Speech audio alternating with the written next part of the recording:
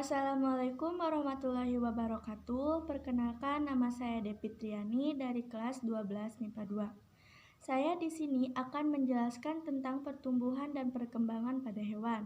Sebelum itu, kita harus tahu apa itu pertumbuhan dan apa itu perkembangan. Pertumbuhan adalah proses bertambahnya jumlah, ukuran, atau volume sel suatu makhluk hidup. Sedangkan perkembangan adalah proses makhluk hidup menuju kedewasaan atau pematangan fungsi organ. Ada juga tahapan pertumbuhan dan perkembangan pada hewan. Tahapan pertumbuhan dan perkembangan pada hewan dibagi menjadi dua fase, yaitu fase embrionik dan fase pasca embrionik. Fase embrionik, saya sudah menggambar tahapannya, yaitu yang pertama adalah zigot. Zigot ini akan mengalami pembelahan, yang awalnya satu sel membelah menjadi dua sel, itu disebut pembelahan sel. Pembelahan sel ini akan terus membelah sampai berjumlah 32 sel. Nah, ini bisa disebut dengan morula. Morula ini akan mengalami perkembangan lagi yang disebut blastula. Blastula memiliki rongga. Nah, setelah blastula ada gastrula.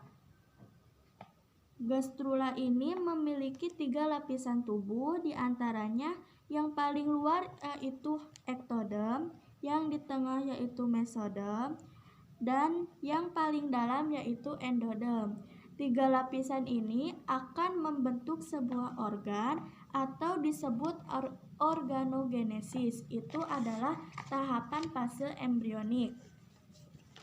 Ada juga fase pasca embrionik, yaitu metamorfosis. Metamorfosis ini dibagi menjadi dua, yaitu metamorfosis sempurna dan metamorfosis tidak sempurna.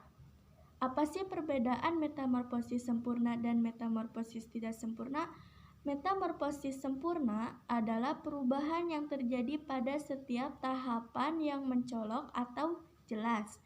Sedangkan metamorfosis tidak sempurna adalah perubahan yang terjadi pada setiap tahapan yang tidak terlalu mencolok atau tidak terlalu jelas. Itu adalah perbedaan metamorfosis sempurna dan metamorfosis tidak sempurna. Ada juga contoh hewan metamorfosis sempurna, yaitu katak, kupu-kupu, dan nyamuk.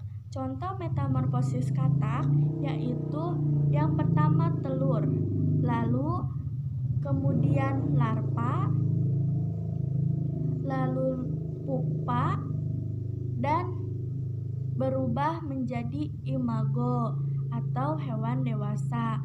Ada juga metamorfosis tidak sempurna, contoh hewannya yaitu belalang, kecoa.